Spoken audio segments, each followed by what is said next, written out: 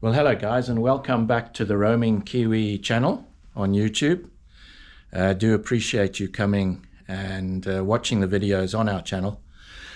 Today you find me here at home getting ready to leave for the airport, and we'll be flying from Auckland to Perth in Australia, where I'm going to visit my family, my brother, for 2 weeks. And sample some of the Perth and Bullsbrook hospitality. So we've made it to the airport, and this is the new international drop-off point. You have to basically walk down here and then over there, and I think off in that direction is the actual international terminal, so that's where we're headed off next.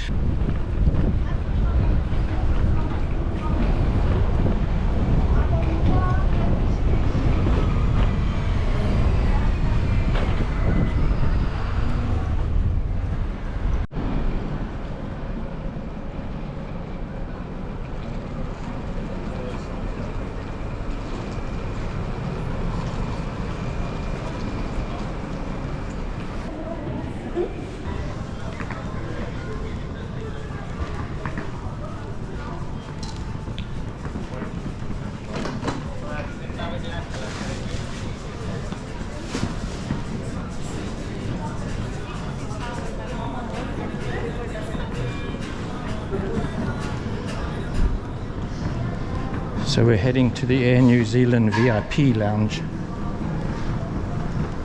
Let's see if I can get in there on premium economy.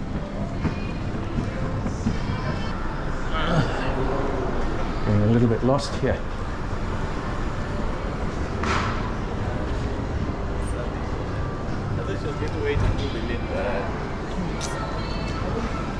Go back again.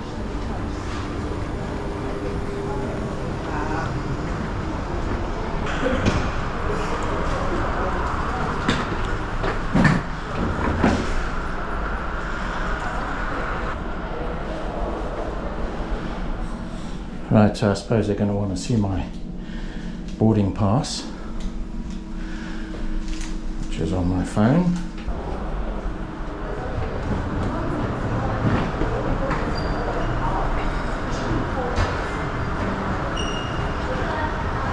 It's a nice picture.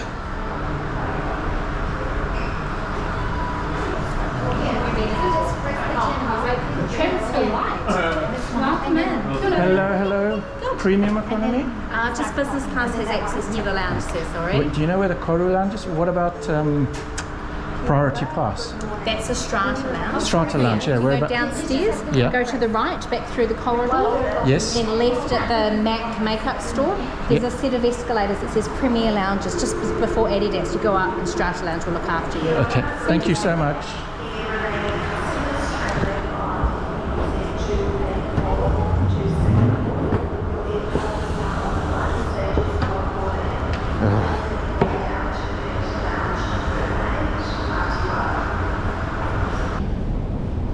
We'll try again, see if we can get into the Strata Lounge this time, because I'm both a Priority Pass member and traveling on Premium Economy.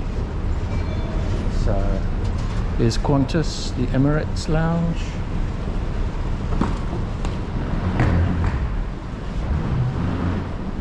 and the Strata Lounge.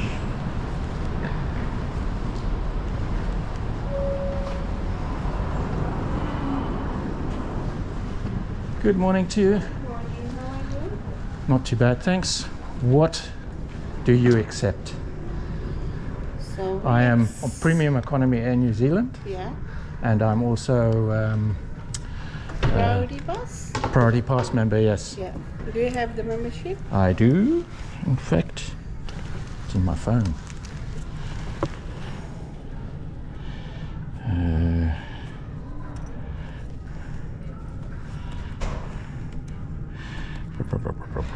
Priority Pass, there we go.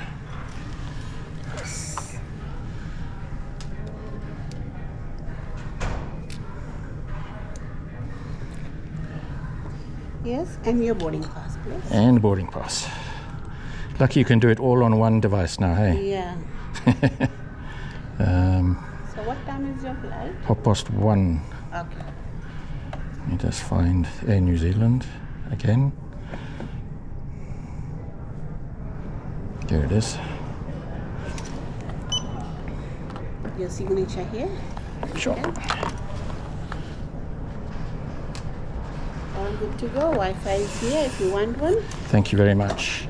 And there's a screen boards for your flight. It Yep. will say to gate, which gate you have to Yep. go. So just keep an eye on it. Much appreciated. Thank you so much for your help. Thank you. And here we are back in the Strata Lounge. I've been here a few times, so it's not my first visit. Where should we go? I think we can sit over here.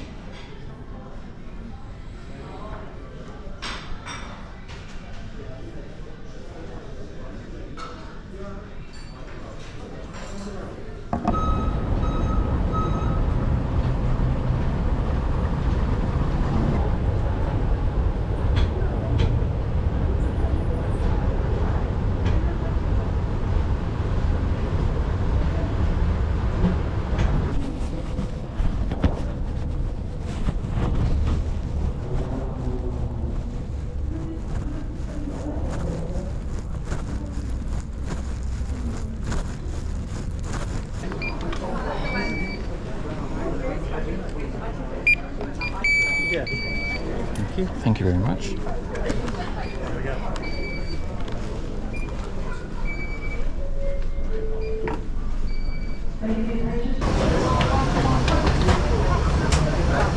Hey guys, 26J? 20 Premium? across to the right, mate. Premium. Yep. This way. Right, Thanks. Yeah.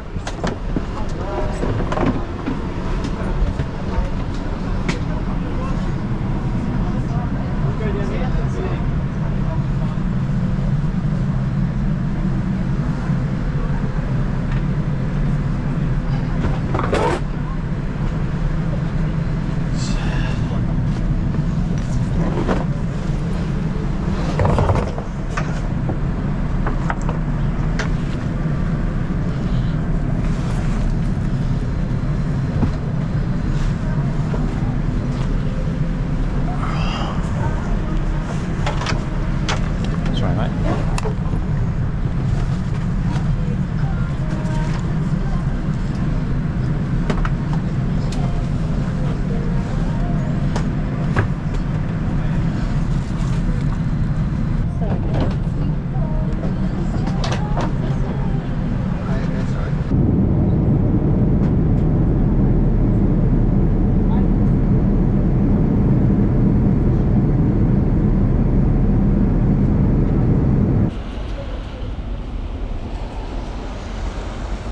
Okay, I'm outside Perth International and waiting for the shuttle bus to take me to the car hire.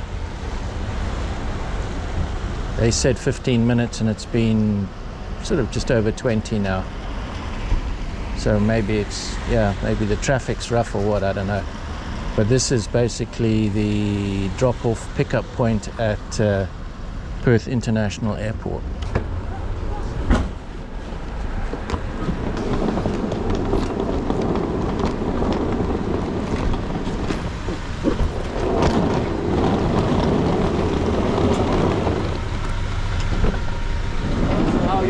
Hey, how are you? Only one. Yes. Yeah. Thank you. Beautiful. You the boss. Your camera. Hello. Your camera. Here. What about it? No camera. Yeah? It's okay.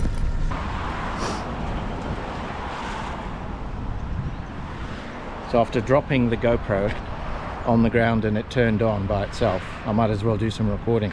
So this is the car that I've hired.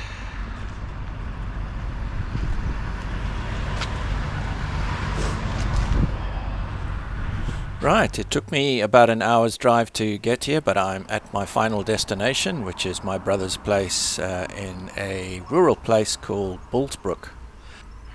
Let's take a walk up to the sheds where you'll meet my nephew Chris, and he's going to tell us about his Desert Racer. So what is, I mean, back in South African days, this would be known as a Sandmaster. Same, yeah, pretty much. So it's a modern day Sandmaster. Yep, yep. About 300 horsepower on them now, turbo. So what is the actual engine size of Rotax. this? It's a 1000cc Rotax. So American made. The whole buggy is American made. They come in from America, and their laws over there, they cannot be any bigger than 999cc. But then obviously with tuning and fuel work, etc., we're getting a lot of power out of them. The power to weight ratio as well. Yeah.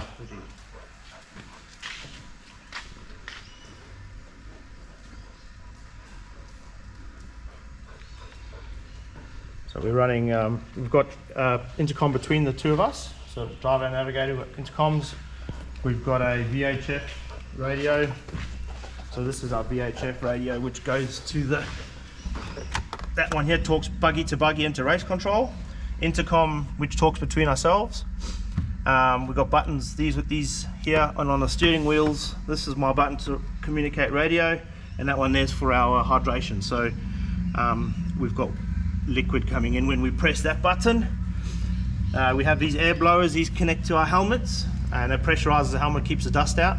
Okay, so that's clever. Yeah, it's got its own filter and everything up on the top there, so we've got fresh air all the time, so we don't actually get covered in dust at all because we've got no windows or anything. So this over here, this is what's called the rally safe. So we actually have a screen that goes on here. This is all the GPS and Wi-Fi modules and stuff that communicate with race control. They know exactly where we are. If we get within 200 meters of a buggy in front of us, it'll tell him that we're 200 meters away from him, and we've got a button saying press to pass, and he has to let us pass. Okay. So that's a new feature this year that they're running. That's our air intake. So I have done quite a bit of modifications for the air intake stuff. So that's the main air intake. They used to be behind and underneath in the engine bay, but the new models, it's up in here, which is nice. A lot of turbo noise comes through there, which is understandable.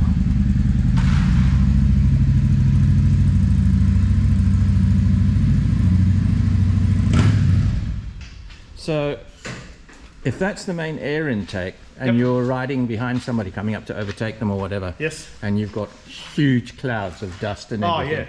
So what sort of filtration does that use? It's actually down here, so you can see there's actually a is it like a sponge or paper? No, it's a what do they call it? It's a cone filter, similar to a K&N cone filter. So it sits inside there. You can probably just see that. It has got a pre-filter on it as well.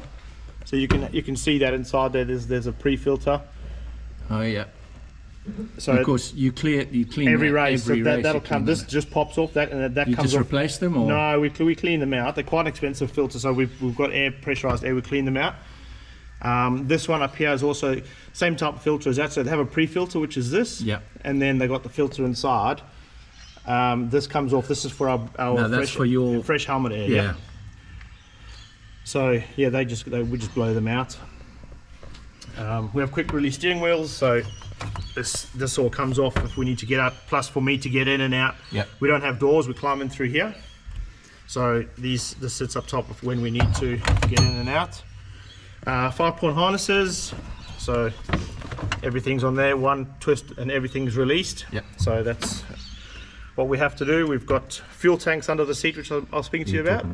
Yeah, so we've got fuel tanks under there. 25 litres there, 50 litres in the main tank, and then 60 litres on the back. And then these are my gears, so paddle shift on the gears, which is very handy.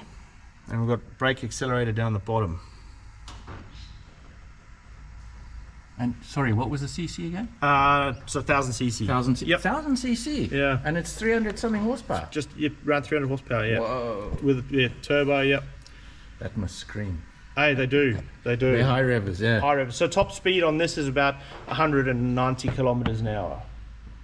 So when you're off-road and there's no traction, it's hauling. Yeah. So the pro buggies, the guys that are running like the big LS1s and stuff, they're about 205 kilometers an hour, 210. Yeah.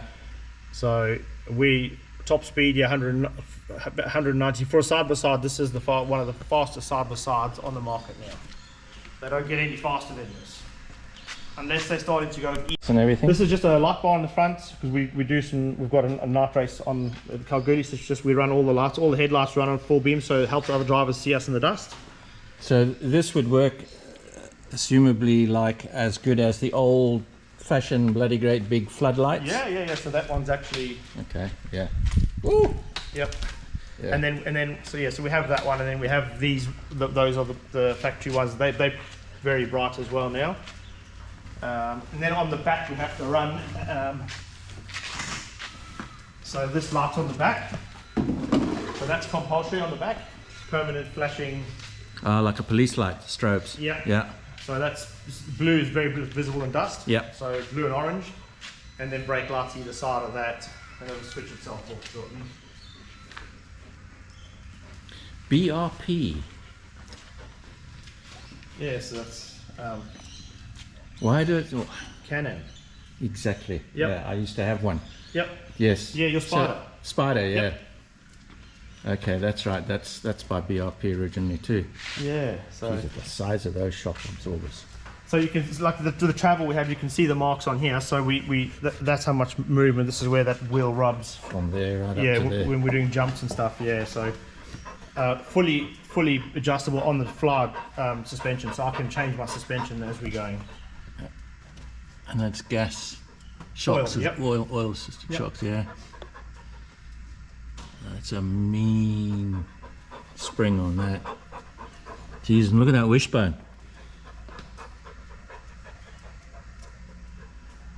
Jesus. So we have all these radius rods. We put these on. The factory ones that they come with are these. So this is the factory ones that they come with. Okay. Just for your everyday Standard push rod, standard, what people are driving in the deserts and stuff. So then we upgrade to these billet aluminium solid. yeah. Is that because they're lighter or stronger? Stronger, just way stronger. So these, like you're drifting and if you go side on into a berm or something, 99% you're going to bend one. Yeah. So the side on impact, because your toes is adjusted from this, so the wheel's directly connected to that. So that one there, it will 99% bend. They just bend up, and then you end up with wheels all over the place. Is that like a consumable that happens a lot? So or? You won't bend these. So Okay. you won't be able, if you bend those, you've got a whole lot of other problems. Okay. Yeah, you bend a lot more than that. So that's just these are hollow chromoly, which is still strong. Those are solid. You won't bend them.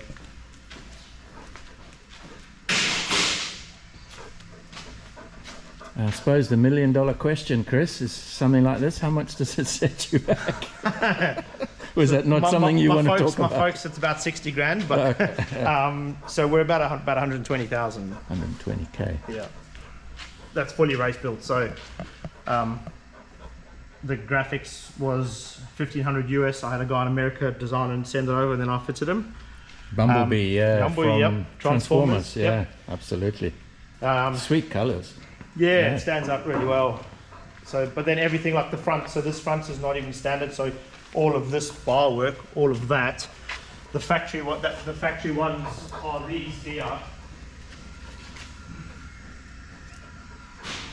So springs on these things. That's the factory ones. Okay. So when they released, they have a cast alley and this is where they bend. So again, this is just for your everyday trial riders in the deserts and stuff. Just watching them, what they do in America, you know, they chuck them off cliffs and that's why they break. But this is where there was a weak point. So Yeah. we just totally eliminate that weak point, replace the whole lower A-arm. So these will just spare, but you won't bend those. Those are $4,000 just for the front. So that's the replacement there, that one in black.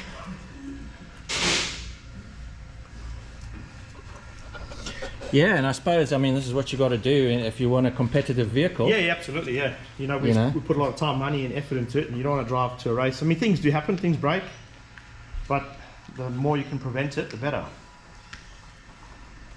Can you start it? Yeah. I'd like to hear what it sounds like.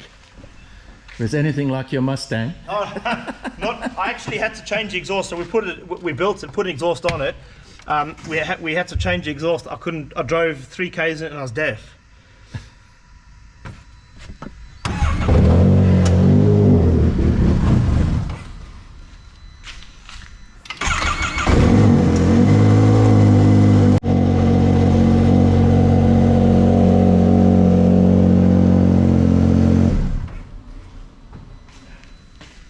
So I quietened it down a little bit.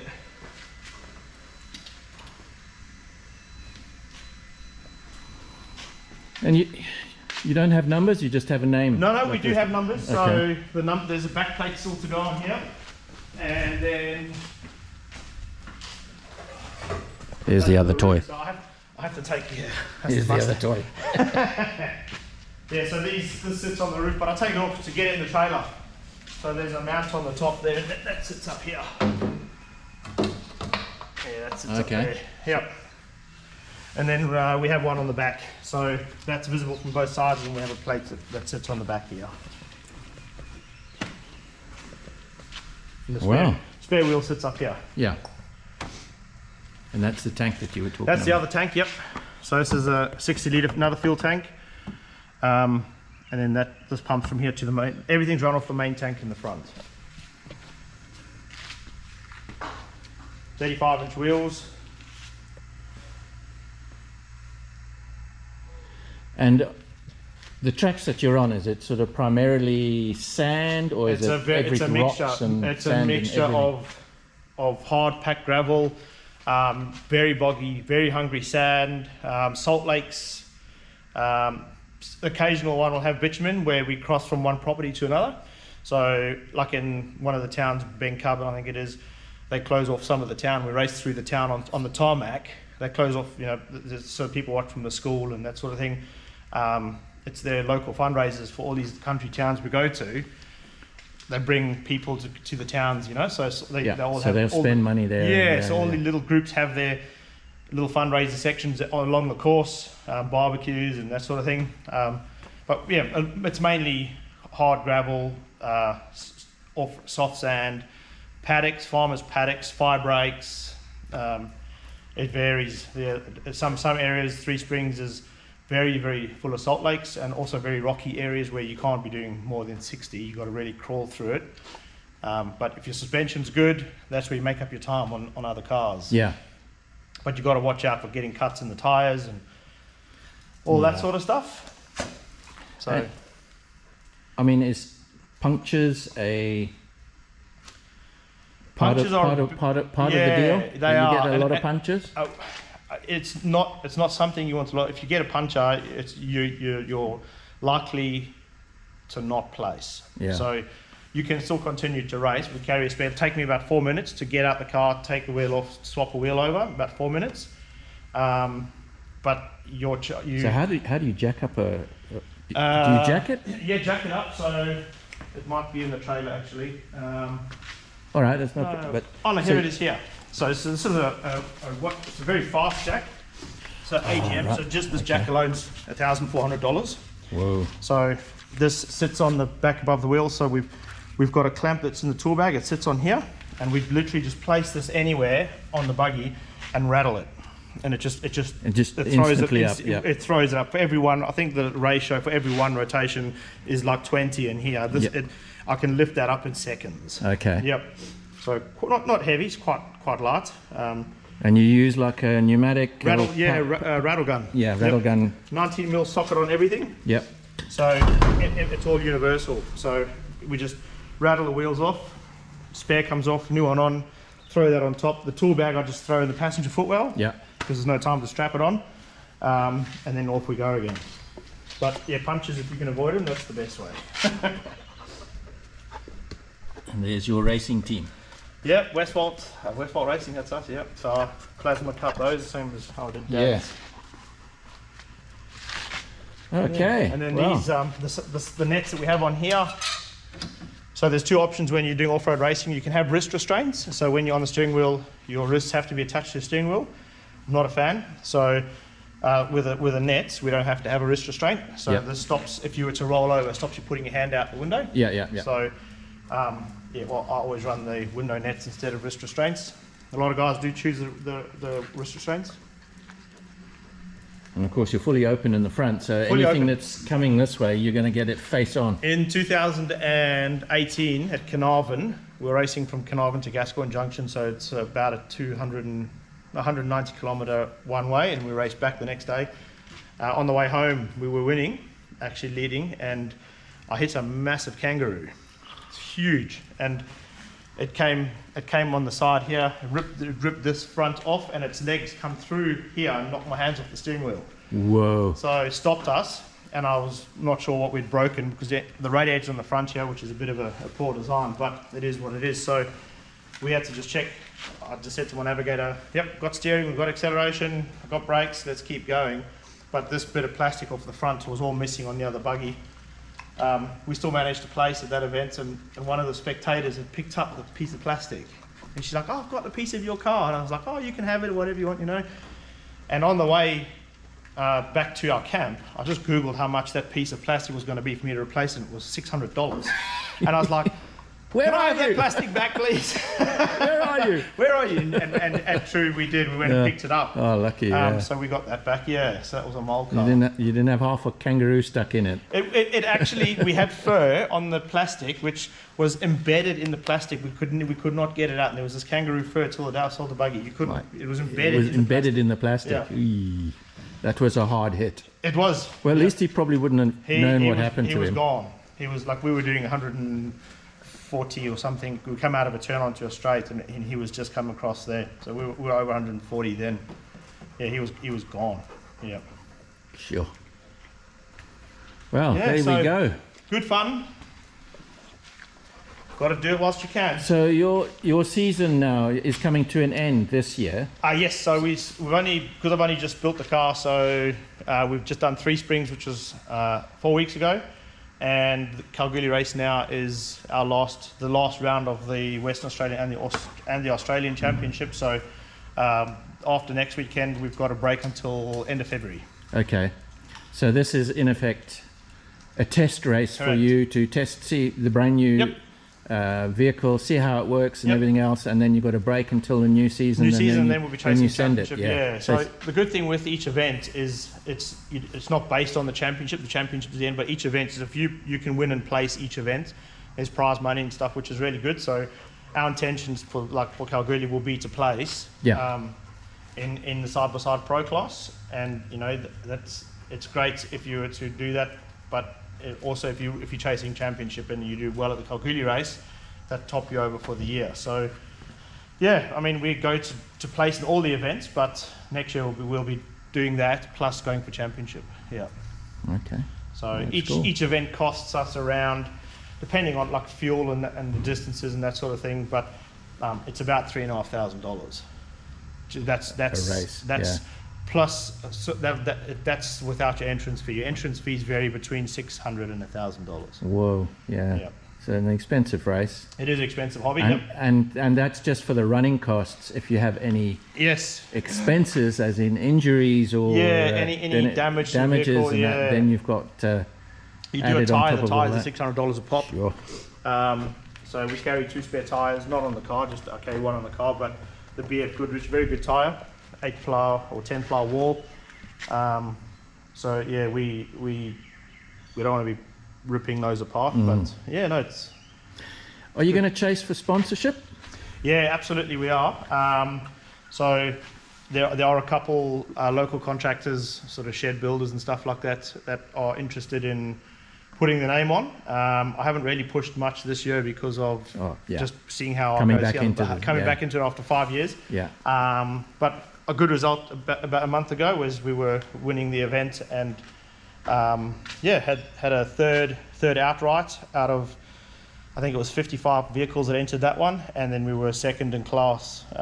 We were winning the whole event, but I got quite fatigued on the last day, just been out of it a while and forgot to have some hydration and stuff. So dropped down my fatigue levels, I dropped down some positions and lost a bit of concentration. So, but no, we definitely... But you learn by that anyway. Learning for sure, yeah. But sponsorship is going to be on the cards for sure. And the buggies also, it's really one of the only buggies that look like it does. So it draws a lot of crowd attention, a lot of media publicity as well. So we've had a lot of the photographers use the photos that they've taken to promote their own photos. And I see you got a nice GoPro mount there. Yes, we do run a GoPro. Yep. So that's going to be. Yeah, so we're going to get some good footage off. We run a GoPro, and then this is our timing device that goes on there. But the GoPro sits on the front. It's good for our footage to see how the race went. Also, if we have any protests as well. So if we come up behind somebody and they don't move, they don't let us pass, because you can't. On off-road, you can't just drive into someone's crop, or you can't, if you go off the road, that's when you're going to be getting staking tyres and stuff. Yeah. So the tracks are between 3 and 5 meters wide. Some places you can pass, some you can't. And it's up to the car in front to move over when they can to let you pass. But sometimes your bigger cars and your expensive cars are not a fan of pulling over to let us pass. Yeah. So we use that for if we have to put a protest. Oh yeah, absolutely. We record it all. Yeah. Right. Yeah, all good fun. It's a vehicle to look out for, yeah.